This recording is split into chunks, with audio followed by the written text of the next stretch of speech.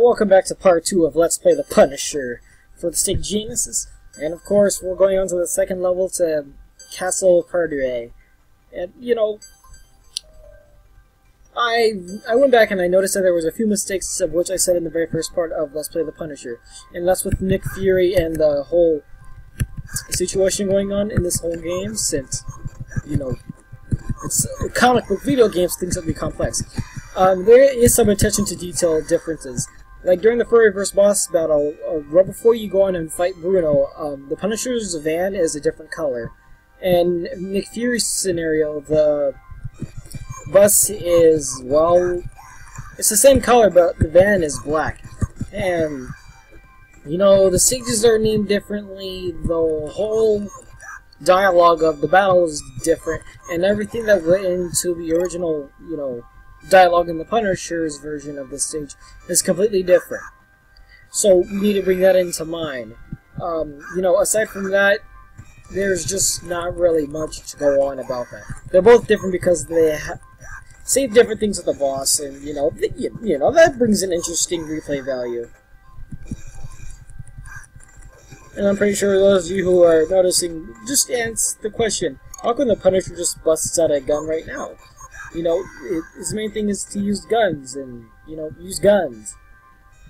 Well, you see, in this game, the Punisher brings out a gun whenever he wants to, or whenever he feels like he has to. So, you know, you don't use a gun a lot in the game, sadly. You know, one of the Punisher's main things is to use gun. You know. So, whenever the Punisher doesn't use a gun or anything, it feels rather bizarre, because you don't know the Punisher for not using guns. Anyway, boss time. I don't die. Time for justice. What the Bruno? I messed up. I've been programmed by the Kingdom to terminate you. Okay. Yeah, the Kingpin's in this game as well, because you know what? Marvel. Jigsaw, who's that?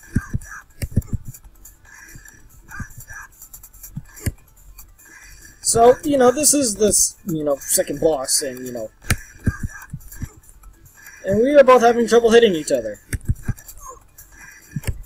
And he still sounds like a human for some reason.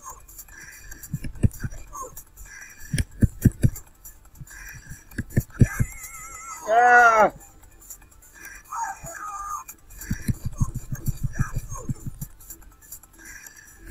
You know, this boss is rather difficult on a different difficulty, but as it is, it's, yeah, and this one is pretty easy because he does, you know, use one of his more annoying moves. And like that, the boss, Guardroid, otherwise known as the Iron Golem, is defeated. Now we get all of our power-ups and whatnot. I didn't collect a lot in this stage like I did the stage prior. Kingpin, I knew he was behind all of this. No, you didn't. Now we come to the third stage of Waterfront Warfare. Those of you who've seen the arcade version know that the cutscenes in the arcade version look, you know, vastly superior than to the Sega Genesis version.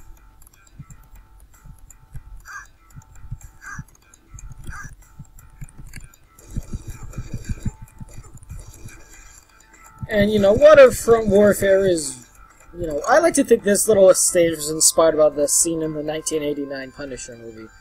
Which, if you guys haven't seen, should check it out because it's a really good movie. And now we have the recolor of the first boss, you know, Scully, who I called Bruno by accident.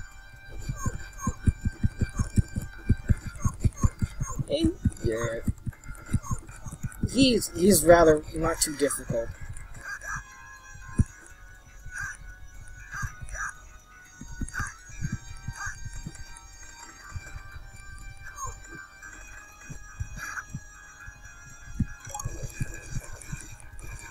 Alright, that's some freaky sprite animation. And yes, you can also punch items thrown at you, sometimes. Like how that guy just threw a knife at me, Punisher just whacked it. It's like, hey, bro, get that out of my face, it's trash.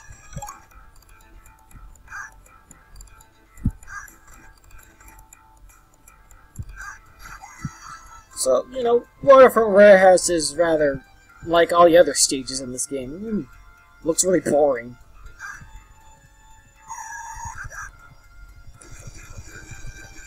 You know, little gangland central.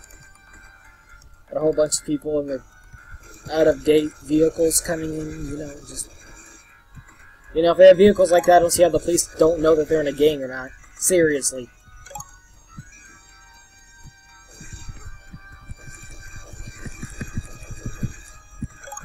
Okay, I guess the pimps want to settle a score with the Punisher.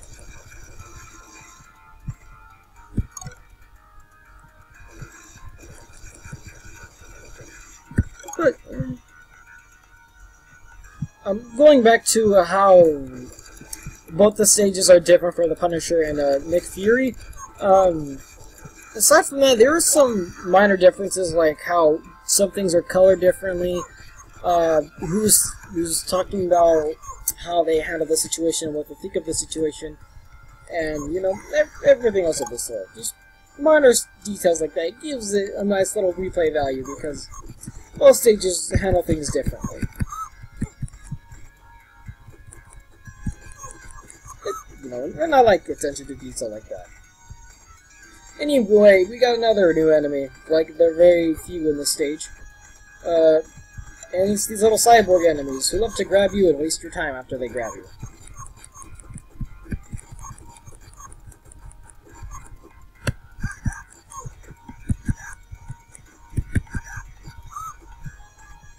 And he's dead. The enemy I just killed is actually introduced in stage 2, but since this is on a different difficulty, he just shows up in this stage. Okay, I don't think the music needed to get cut off right there, but, you know, whatever.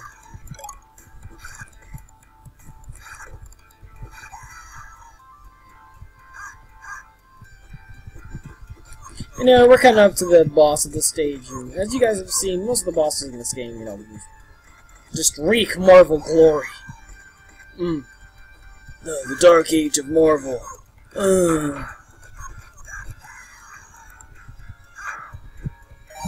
And I noticed I haven't really been paying much attention to talking about the Punisher and his comic books, which I'll talk about after I say what I have to about the third stage boss.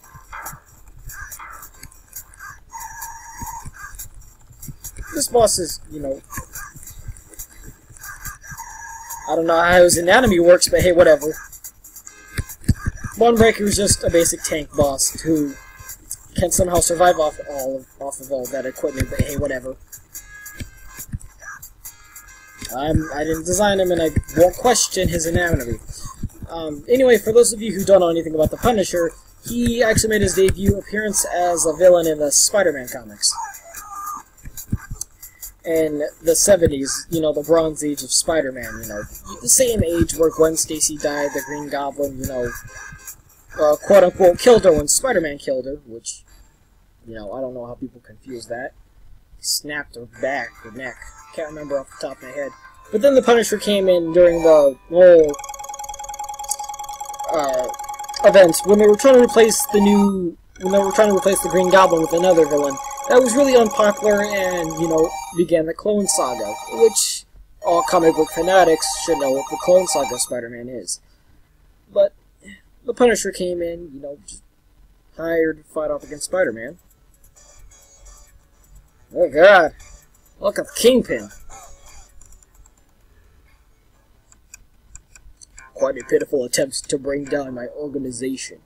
Why don't you try the normal mode, tough guy? The end. And yeah, so the Punisher was introduced during the Bronze Age of Spider-Man, or rather the Bronze Age of comic books. And honestly, you know, the Bronze Age isn't really that bad. But hey, you know, we got a lot of good comics out there. You know, like we got the Punisher, we got Ghost Rider, we got Blade, you know, everything like that. But this is the end of the Let's Play the Punisher Part 2. In Part 3, we'll be taking the game on as the other playable character, Nick Fury. Until then, see you later.